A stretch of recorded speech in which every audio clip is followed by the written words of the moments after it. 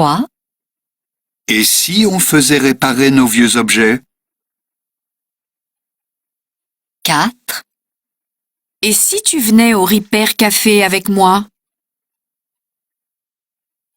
5, Et si on y allait ensemble samedi prochain? 6, Et si on trouvait d'autres associations originales?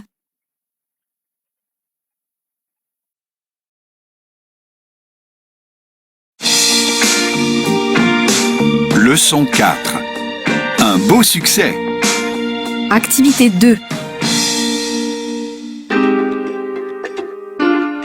Bonjour et bienvenue dans votre chronique économique Parlons PME. Le saviez-vous? En Europe, en Amérique, en Australie, le mobilier urbain français a investi l'espace public des grandes villes. Aujourd'hui, l'exemple de 2 entreprises, 2 PME, Fermob et Cinegraph.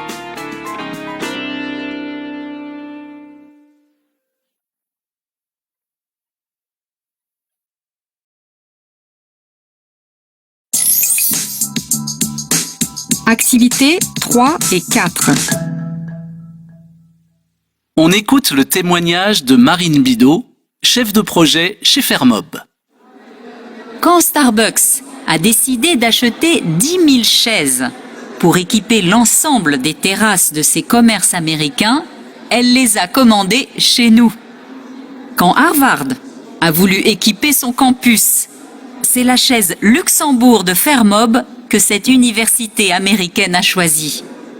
Les Parisiens qui voyagent la reconnaissent tout de suite. C'est la chaise qui est partout dans le jardin du Luxembourg. Une autre belle réussite française, présentée par Patrick Chevrier, responsable export de la société alsacienne Cinegraph. Nous avons créé une structure qui permet de pratiquer une activité physique en milieu urbain, le Move Rock. Nous l'avons installé à Haderslev, au Danemark. Les Danois l'ont immédiatement adopté. Famille, jeunes ou seniors, ils l'ont adoré. Le mobilier urbain français a également cartonné en Australie, au Portugal et au Brésil. Les célèbres kiosques de la société Actis City ont conquis les habitants de ces pays. Tout le monde les a vus à Paris? Il y en a 400 dans la capitale. Le kiosque, destiné à la vente de la presse et à la petite restauration, participe à l'animation des centres-villes. Nos PME ont de l'avenir.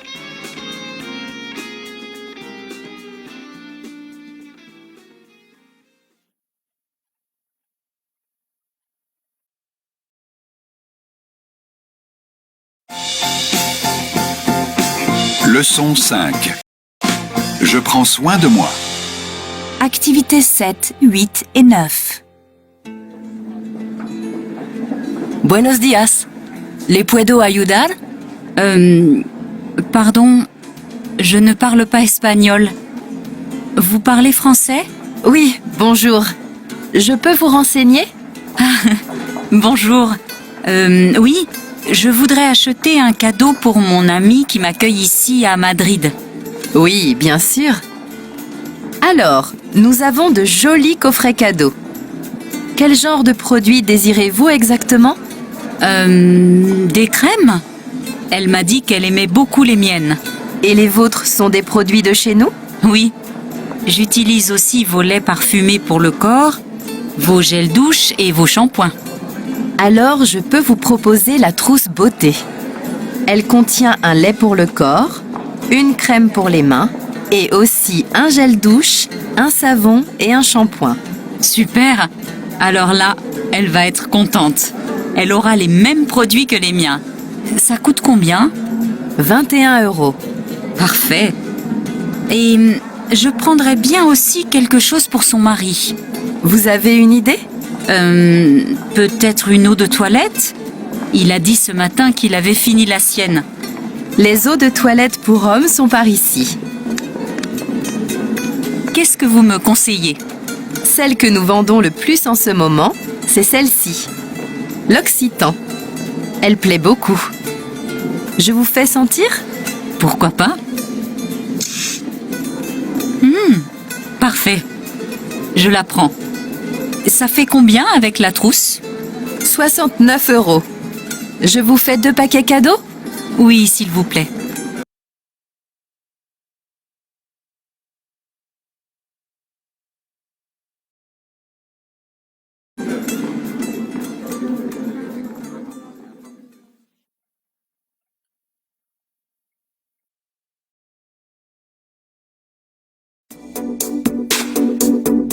Son du français.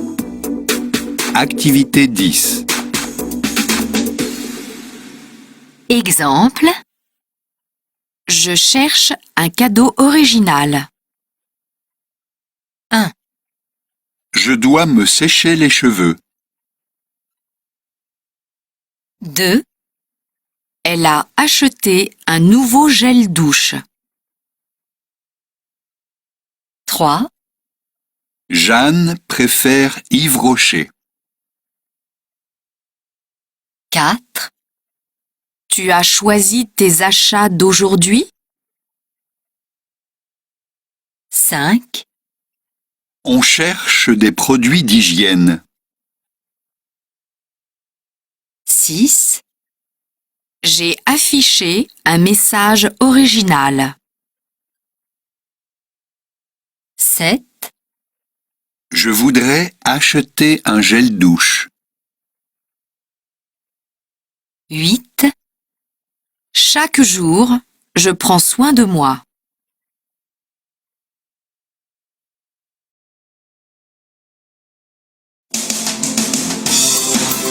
Leçon 6. La culture du vintage. Activité 6. Tiens, j'ai eu une idée pour présenter les objets sur notre site. On pourrait leur faire raconter leur histoire. Oui, c'est une bonne idée, ça. Par exemple, ce bureau. Ah oui, je l'aime bien, ce bureau. On mettrait comme titre « Si ce bureau pouvait parler ». Ça irait bien avec le nom de notre boutique, c'est sûr.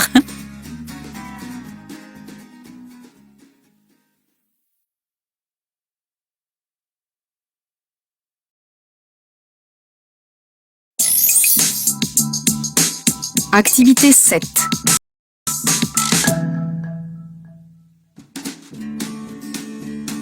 Bon, alors je me lance. Je suis né dans les années 1900. J'ai commencé à travailler très vite après ma naissance, dans une école. Les professeurs écrivaient sur moi. À l'âge de 10 ans, j'avais déjà travaillé avec beaucoup de professeurs. J'ai changé plusieurs fois d'école et en 1950, j'ai obtenu une place dans une université. J'étais très content. C'était une belle promotion. 50 ans ont passé, puis on m'a trouvé trop vieux. Un professeur qui m'aimait bien m'a emporté chez lui. Là, j'ai passé quelques années au calme. Ce professeur est mort en 2012. Ses enfants m'ont donné à la boutique si les objets pouvaient parler. Depuis, j'attends que quelqu'un m'achète. Je m'ennuie un peu parce que les objets qui sont posés sur moi ne savent pas parler. Bravo! Quelle imagination! J'adore!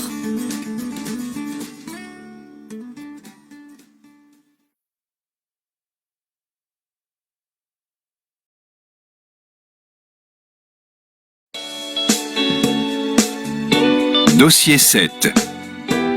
Nous nous souvenons et nous agissons. Leçon 1. Ils écrivent en français. Activités 6 et 7.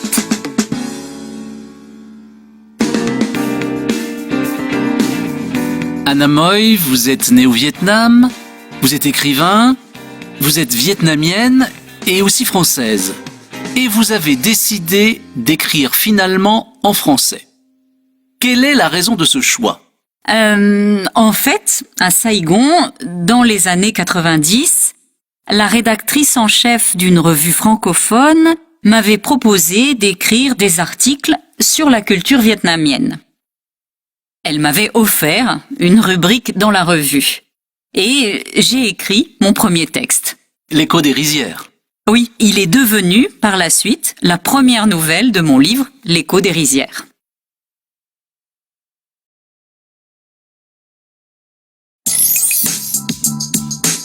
Activité 8. Vous êtes polyglotte, vous parlez vietnamien, japonais, thaï, anglais, allemand et français. Mais pour vous, la langue française, c'est quoi? J'avais beaucoup pratiqué le français avant cette rencontre avec la rédactrice en chef. Ce n'était pas la seule langue que j'avais apprise, mais c'était ma préférée. Alors pour moi, la langue française a toujours été un outil de travail, mais aussi un jeu avec les mots. Et j'ai toujours aimé inventer des mots. Et quel sens donnez-vous à la francophonie? Ça veut dire quoi pour vous? Pour moi, la francophonie, c'est très concret. Par exemple, récemment, la province anglophone d'Alberta, au Canada, m'a contacté. La lettre que j'ai reçue était en français. Ah oui?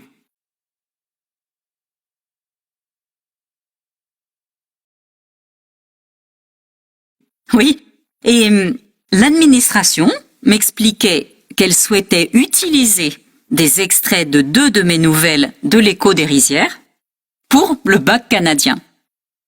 Des Canadiens de l'Alberta, du Nunavut et des territoires du Nord-Ouest vont passer leur épreuve de français sur les nouvelles d'une auteure vietnamienne. Voilà. Et pour moi, c'est ça, la francophonie. Anna Moy, merci beaucoup. Merci à vous.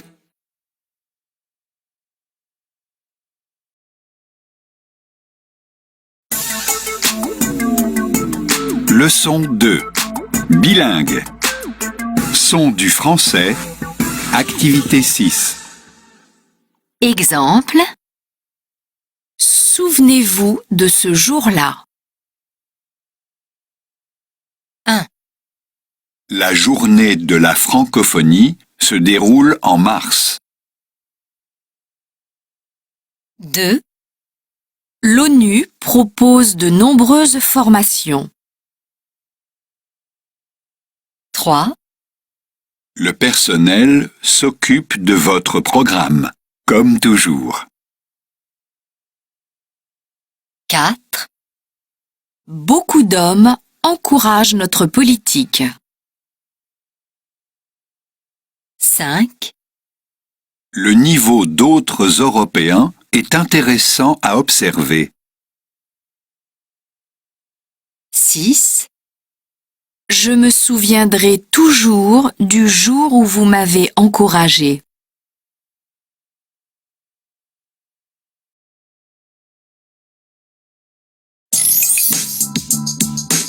Activités 7, 8 et 9.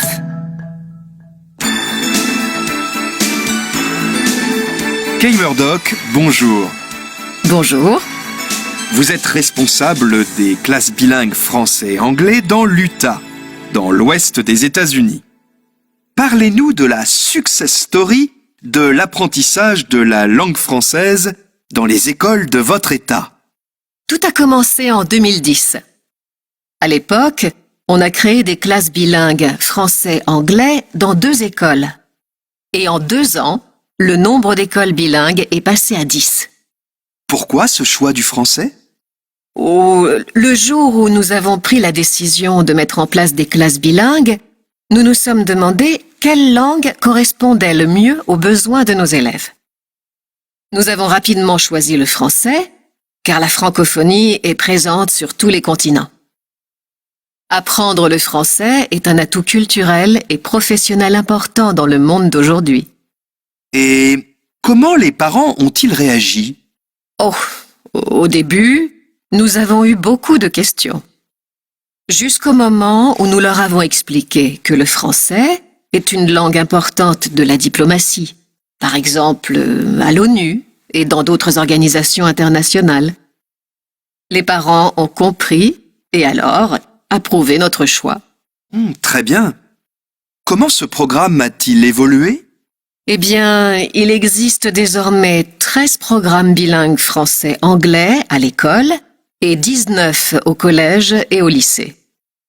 Notre préoccupation est d'avoir chaque année assez d'enseignants pour occuper tous les postes.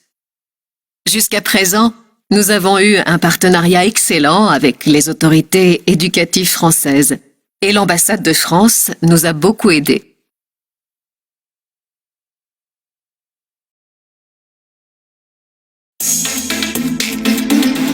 Leçon 3. Mémoire. Activités 2 et 3. Aujourd'hui, dans Périphérie, nous accueillons Marion. Bonjour Marion. Bonjour. Vous êtes volontaire du service civique. Qu'est-ce que ça signifie? Alors, le service civique permet aux jeunes de 16 à 25 ans de s'engager pendant plusieurs mois au service d'une mission d'intérêt général. Une mission d'intérêt général, c'est-à-dire? S'engager pour la solidarité, la culture, l'éducation, la mémoire et la citoyenneté, ou encore l'écologie. Vous vous êtes engagé pour le projet Passeurs de mémoire. Vous pouvez nous en dire plus? Passeurs de mémoire, c'est un grand programme national de recueil de témoignages pour rapprocher les générations et valoriser la mémoire des personnes âgées. C'est un projet créé en 2008 par l'association Unicité.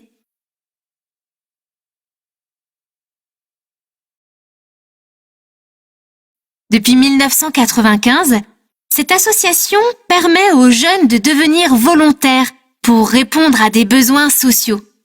On s'engage pour une durée de 6 à 9 mois.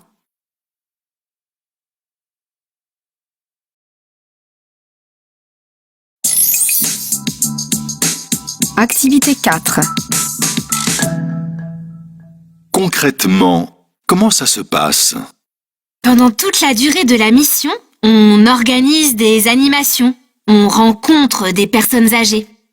Elles nous racontent leurs souvenirs, on les enregistre et on les retranscrit. Et vous les mettez en ligne, c'est ça? Oui! Dès que les personnes donnent leur accord, on les met en ligne sur le site passeurdemémoire.fr.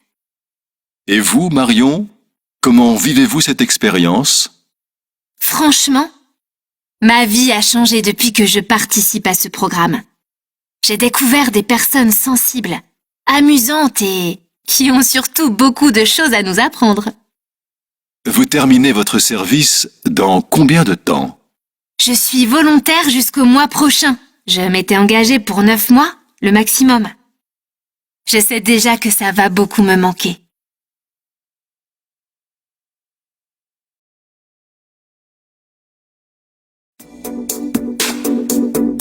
Son du français. Activité 10. Exemple. Je voudrais créer un groupe de jeunes. L'écologie est un problème majeur pour notre groupe. 2. Il est urgent d'organiser les parcours scolaires. 3. Quel est l'âge obligatoire à l'école aujourd'hui? 4. Un groupe de jeunes s'est engagé à Couac. 5. L'engagement dans un service civique est un projet d'intérêt général. 6. Ce concours de géomètre a changé la vie de Joël. 7. L'infographie est un domaine actuel qui plaît aux jeunes. 8. Mon entourage m'a toujours encouragé à m'engager.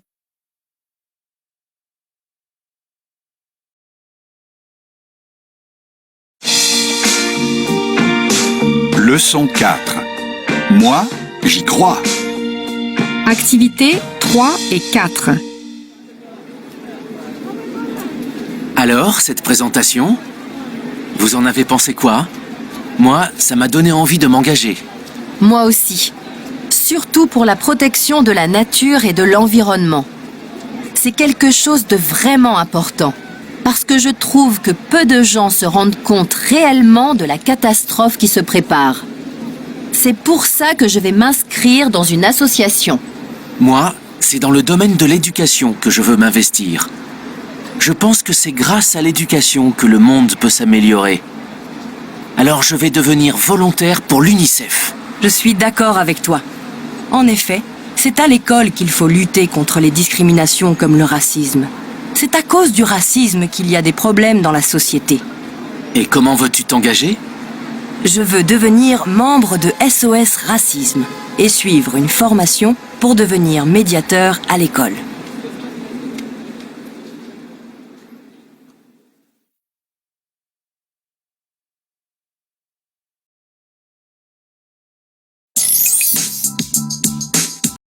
Activité 5.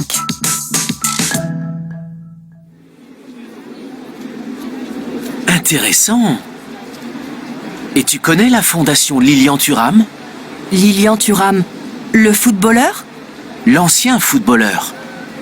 Comme il avait vraiment envie de lutter contre le racisme, en particulier à l'école, eh bien il a créé sa propre fondation d'éducation contre les discriminations. Tu ne la connais pas?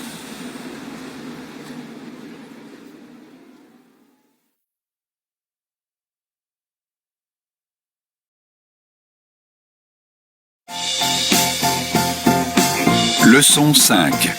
Agir pour la nature. Activité 7.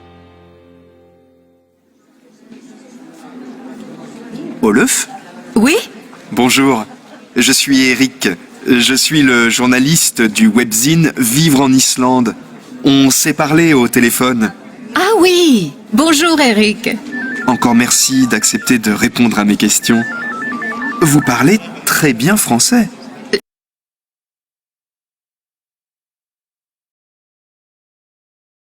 J'essaie. Merci.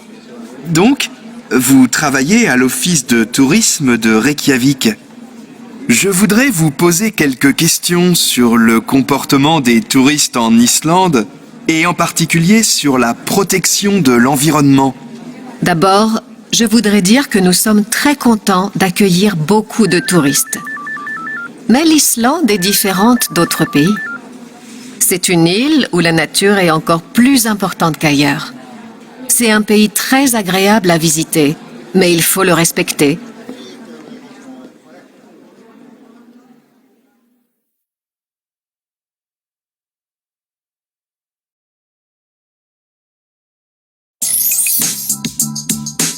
Activité 8.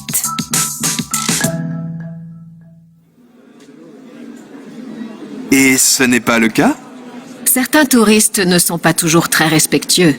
Par exemple, quand ils conduisent hors piste. Et donc, l'Office de tourisme d'Islande développe en ce moment une campagne. Oui, c'est ça. Nous proposons des vidéos sur notre site. Hygiène dans les bains chauds, respect de la nature, consignes de sécurité ou activités hivernales. Parce que malheureusement, on a pu constater des comportements stupides, comme par exemple des touristes qui se croient seuls au monde et qui prennent des photos en plein milieu des routes. Et les vidéos sont en français ? Elles sont sous-titrées en français. Nous voulions des vidéos faciles à comprendre pour les touristes francophones.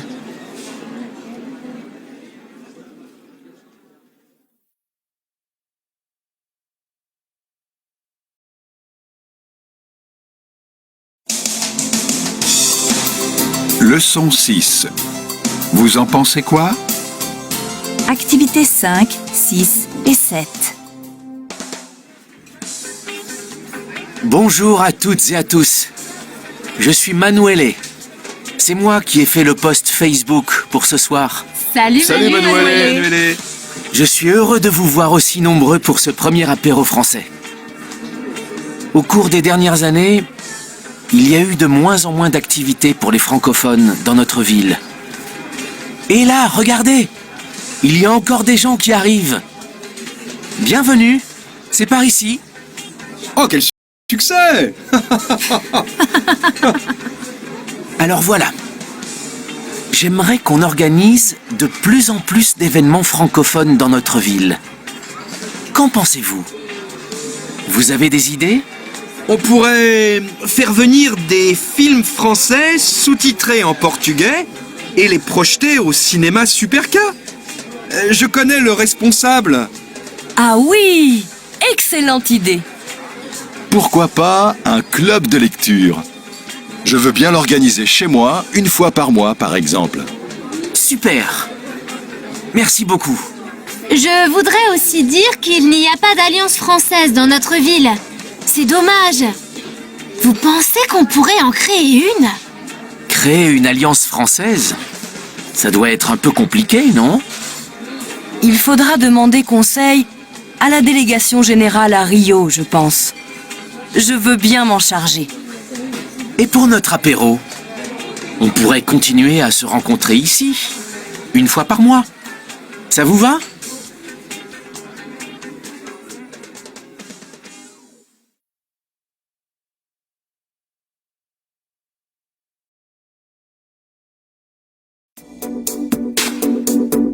Son du français.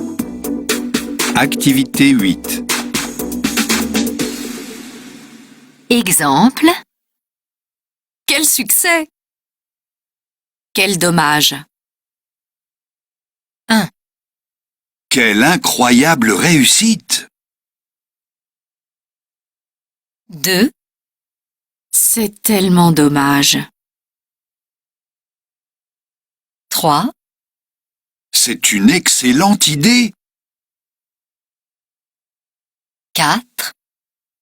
C'est formidable! 5. Ce n'est pas possible. 6. Quelle belle initiative! 7. Ça me fait plaisir. 8. Ça m'ennuie vraiment.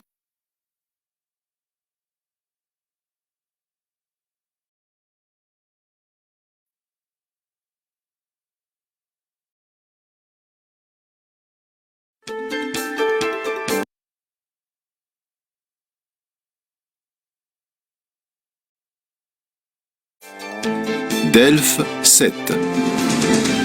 Compréhension de l'oral. Comprendre une émission de radio. Lisez les questions. Écoutez 2 fois le document, puis répondez. Première écoute. Bonjour. Aujourd'hui, nous allons parler de ces écrivains qui ont choisi comme langue d'écriture le français.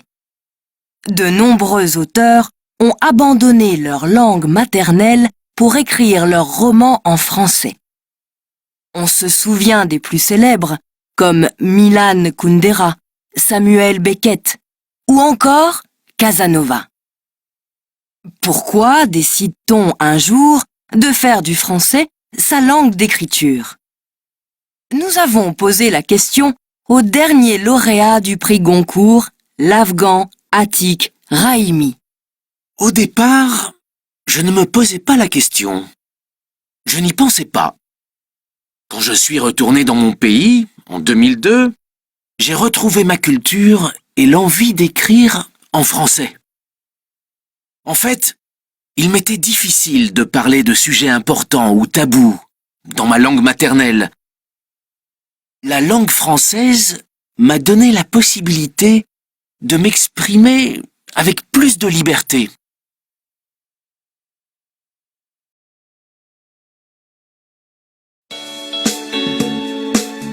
Dossier 8. Nous nous intéressons à l'actualité. Leçon 1. Original. Activité activités 6 et 7.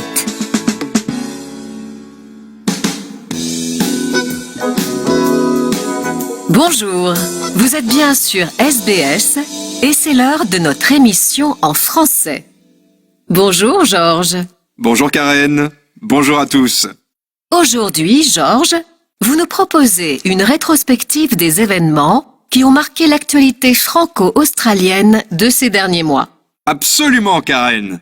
Et nous commençons tout de suite avec la culture. L'année théâtrale a été marquée par la nouvelle production du Petit Théâtre de Sydney. Cette pièce a été présentée en novembre au King Street Theatre. Elle a pour titre « On n'est pas là pour être ici ». La pièce a été entièrement jouée en français et a été surtitrée en anglais pour la rendre accessible à tous. C'est une pièce très drôle qui a été très appréciée par le public. C'est un spectacle composé de 7 petites pièces, c'est bien ça? Tout à fait. Ces 7 pièces ont été écrites par des auteurs français contemporains.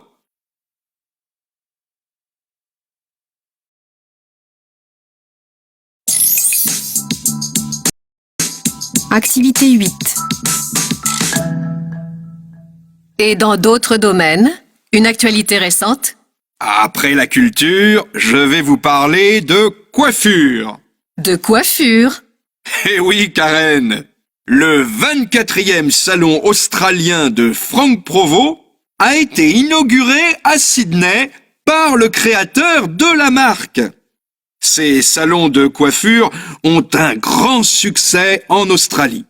D'ailleurs, d'ici 2020, Frank Provost souhaite élargir son réseau à 50 salons dans toutes les grandes villes d'Australie. Merci Georges. Une tâche de publicité et on vous retrouve pour une actualité plus scientifique.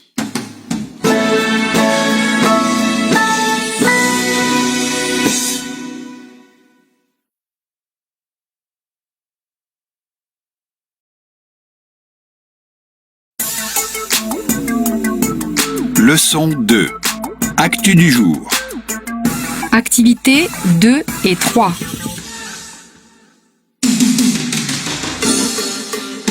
Essentiel FM, il est 7 heures. Une journée au Luxembourg, le journal de Denis Berche. Bonjour Denis. Bonjour à tous. Au programme ce matin, pratique des langues étrangères dans les hôpitaux. Les hôpitaux du pays sont capables d'accueillir des patients qui ne parlent pas luxembourgeois. Au centre hospitalier de Luxembourg, le français et l'allemand sont enseignés à tous les employés. 31 autres langues peuvent aussi être prises en charge par le personnel.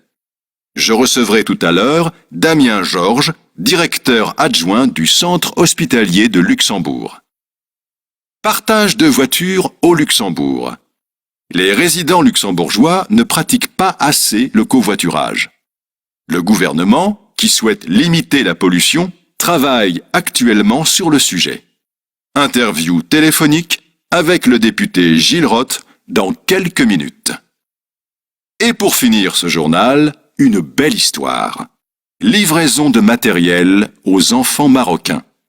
Mohamed Habaz va conduire un bus rempli de matériel médical et de fournitures scolaires jusqu'au Maroc.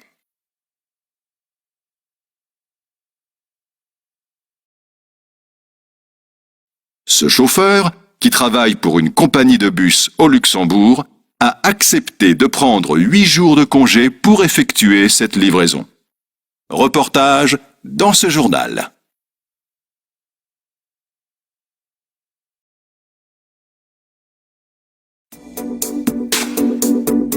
Son du français.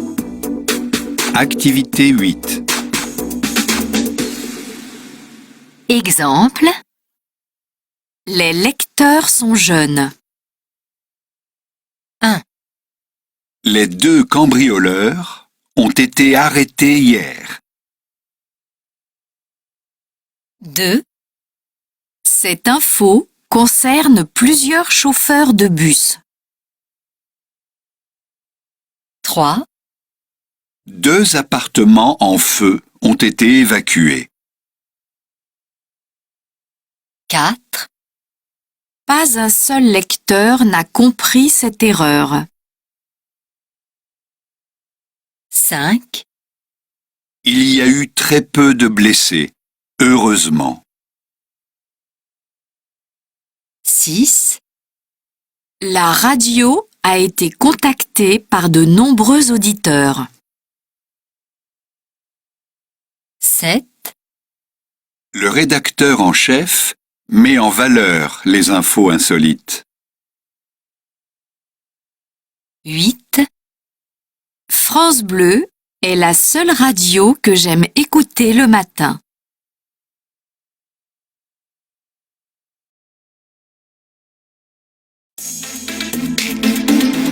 Leçon 3. Nous réagissons. Activité 6.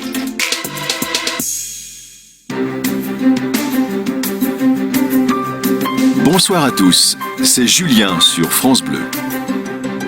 Cette nuit, comme chaque année, fin octobre, la France passe à l'heure d'hiver. Dans la nuit de samedi à dimanche, à 3 heures du matin, il sera donc 2 heures. Alors voici la question du jour. Pour ou contre le changement d'heure? Au téléphone, Marie et Nathalie.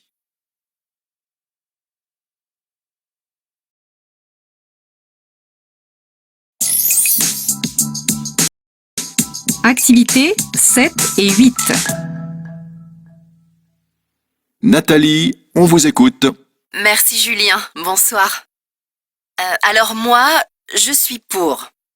En passant à l'heure d'hiver, on fait des économies d'énergie. C'est très important pour notre planète et pour l'environnement. Et puis, en changeant d'heure, on diminue nos factures d'électricité. Marie, un commentaire? Alors moi, je crois qu'on n'économise rien du tout. Il faudrait déjà commencer à économiser de l'énergie en ne laissant pas les vitrines des magasins allumées la nuit. Et puis, avec l'heure d'hiver, quand on part le matin et quand on rentre le soir, il fait nuit. Et c'est un problème pour vous? Bien sûr, la lumière est allumée tout le temps, donc la consommation d'électricité augmente. Nathalie, une réaction? Je ne suis pas d'accord.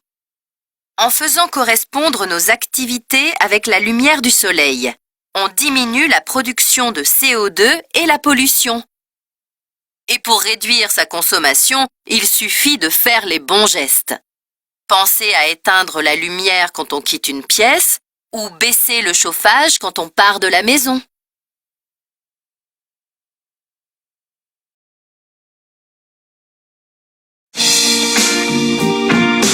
Leçon 4. Vous en pensez quoi? Activité 1.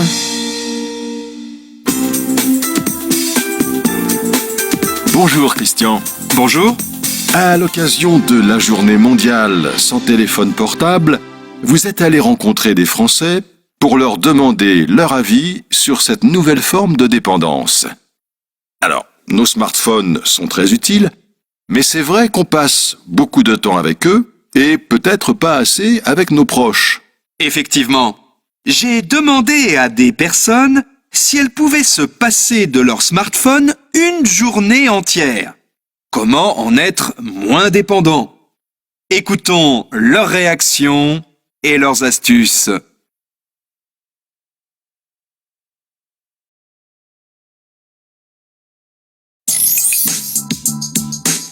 Activités 2 et 3. Une journée entière? Ah non! Moi, je suis vraiment accro à mon téléphone. Mais c'est vrai, on devrait essayer de ne pas le regarder tout le temps et apprendre à ne pas l'avoir sur soi en permanence. Bon, peut-être que je pourrais le laisser à la maison de temps en temps, mais c'est difficile. Merci madame. Pardon, vous souhaitiez ajouter quelque chose? Oui. Par exemple, je crois que ce n'est pas une bonne idée d'utiliser son téléphone comme réveil, parce que ça donne envie de le regarder tout de suite. Il faudrait apprendre progressivement à moins l'utiliser en essayant, par exemple, de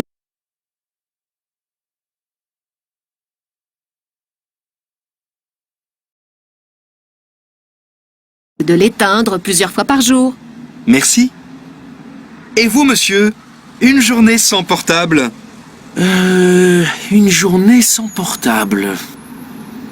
Pour moi, c'est plus une question de comportement en général. D'abord, je crois qu'il faudrait réussir à ne plus regarder son téléphone en présence d'autres personnes, avec ses amis.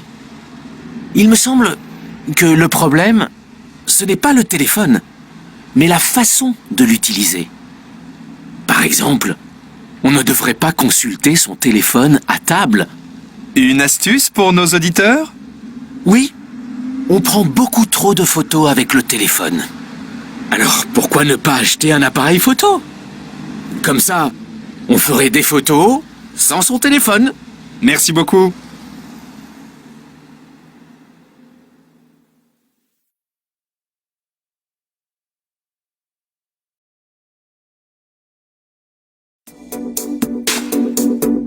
Son du français.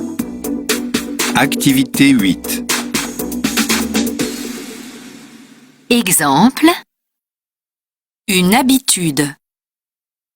Des habitudes. 1. Les usagers ont imaginé des wagons surprises.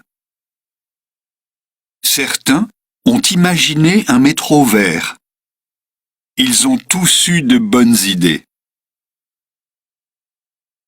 2. Des personnes interrogées aux heures de pointe. Un étudiant interrogé à une heure creuse et un point commun. Le souhait d'un métro plus agréable. 3. C'est très intéressant. C'est vraiment intéressant. C'est une idée intéressante. 4. Les transports en commun. Des heures à faire.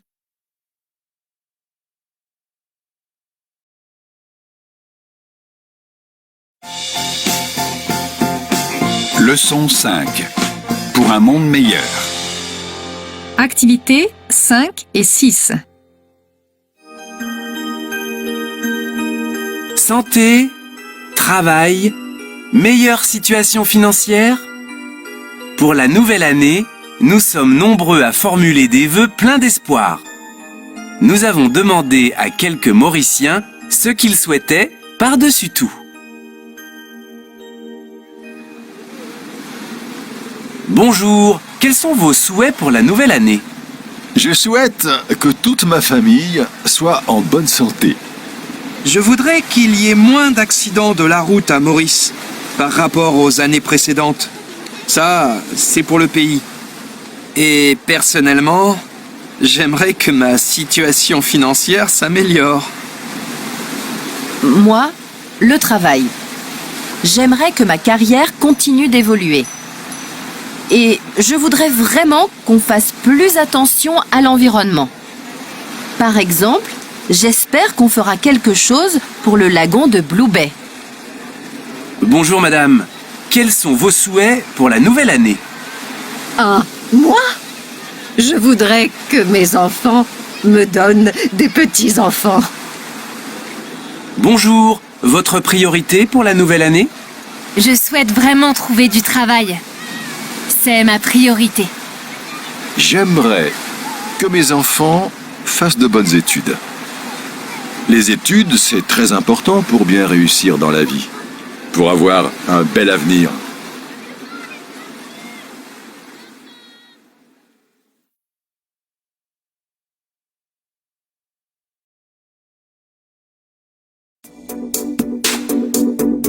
Son du français. Activité 7. Exemple.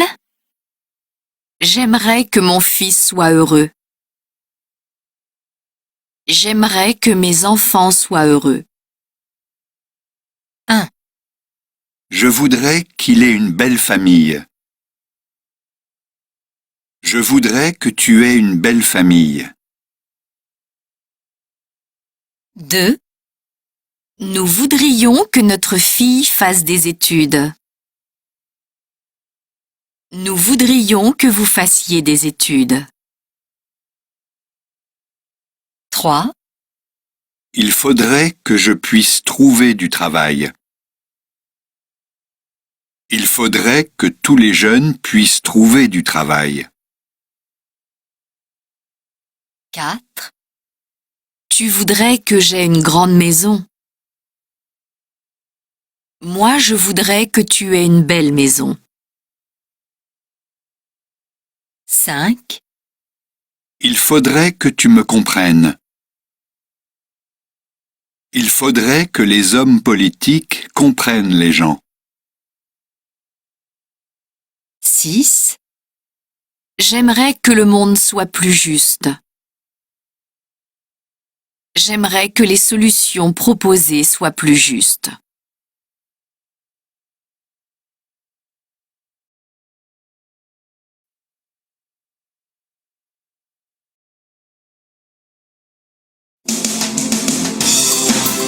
Leçon 6. Prix littéraire. Activités 5, 6 et 7. Bonjour à tous et bienvenue dans votre rubrique Culture sur LD Radio, la radio du lycée Descartes de Rabat. Leïla Slimani, ancienne élève du lycée, vient d'obtenir le prix Goncourt pour son roman Chanson douce. À cette occasion, nous avons recueilli les réactions d'élèves des sections littéraires et de professeurs. La parole est à Baya. Merci. On est super contents. J'étais en classe quand on nous a annoncé la nouvelle, on s'est tous levés et on a applaudi. On était nombreux à avoir lu le livre et on avait très envie de voir Leïla Slimani remporter ce prix prestigieux. Et qu'avez-vous pensé du livre ? J'ai adoré. D'abord, l'histoire, c'est un fait divers. Il y a beaucoup de suspense. C'est un roman un peu policier, un peu fantastique, très dramatique. Et puis, Leïla Slimani a un style vraiment dynamique. On ne s'ennuie jamais. Madame Souali, vous êtes professeure au lycée. Votre réaction ? J'étais à la maison quand on m'a téléphoné pour me dire que Leïla avait eu le prix Goncourt. J'ai été très émue. C'est une magnifique récompense pour elle, mais aussi pour nous, les enseignants du lycée. Bref, c'est un bel encouragement pour les élèves.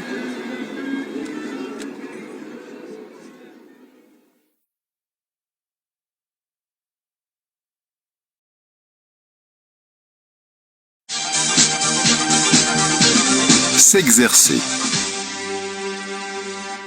Dossier 1. Leçon 1. Son du français. Exemple. Je trouve qu'il y a moins de touristes cette année. Non, je trouve qu'il y a plus de touristes.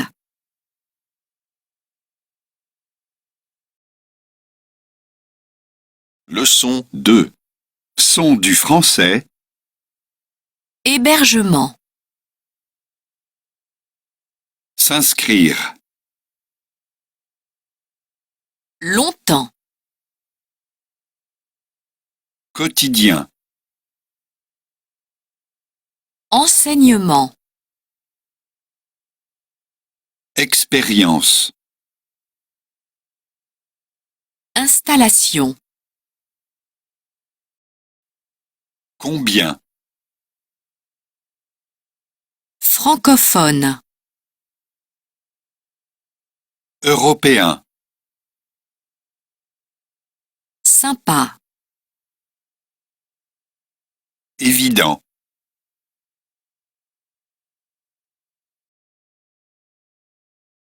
Leçon 4. Son du français. Alors, tout est prêt pour ton voyage en France? Oui, j'ai mon billet d'avion. Maintenant, je dois acheter mon billet de train. Oui, il faut le faire rapidement. Et tu as trouvé un hébergement? Non, pas encore. Je sais, je dois m'en occuper. Oui, tu dois vraiment t'en occuper. Je voudrais loger avec une famille française. C'est une très bonne idée. Je voudrais surtout découvrir la vie des Français.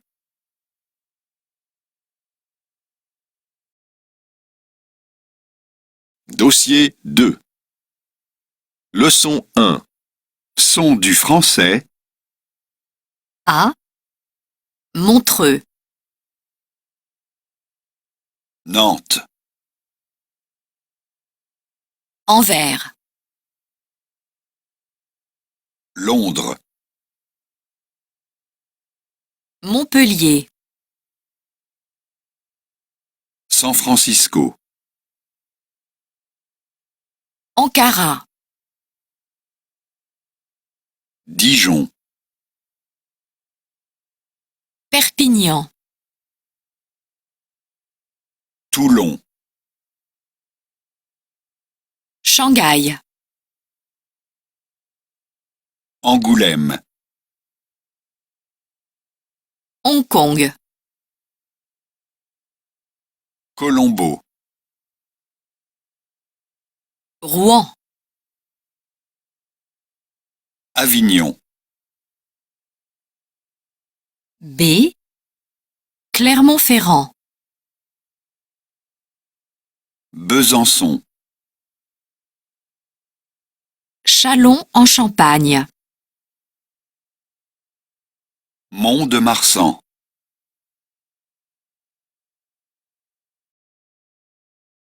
Leçon 3. Son du français. Exemple. J'étais.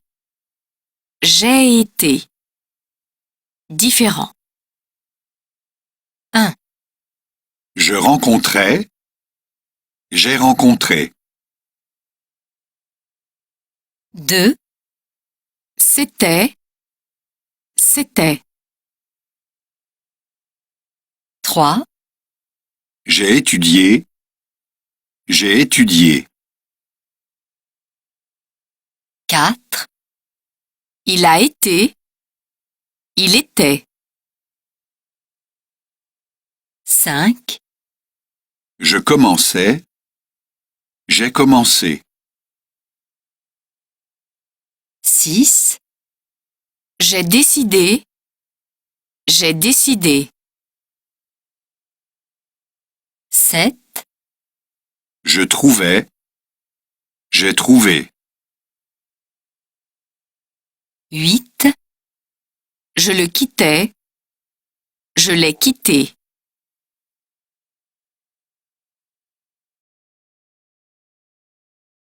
Leçon 6.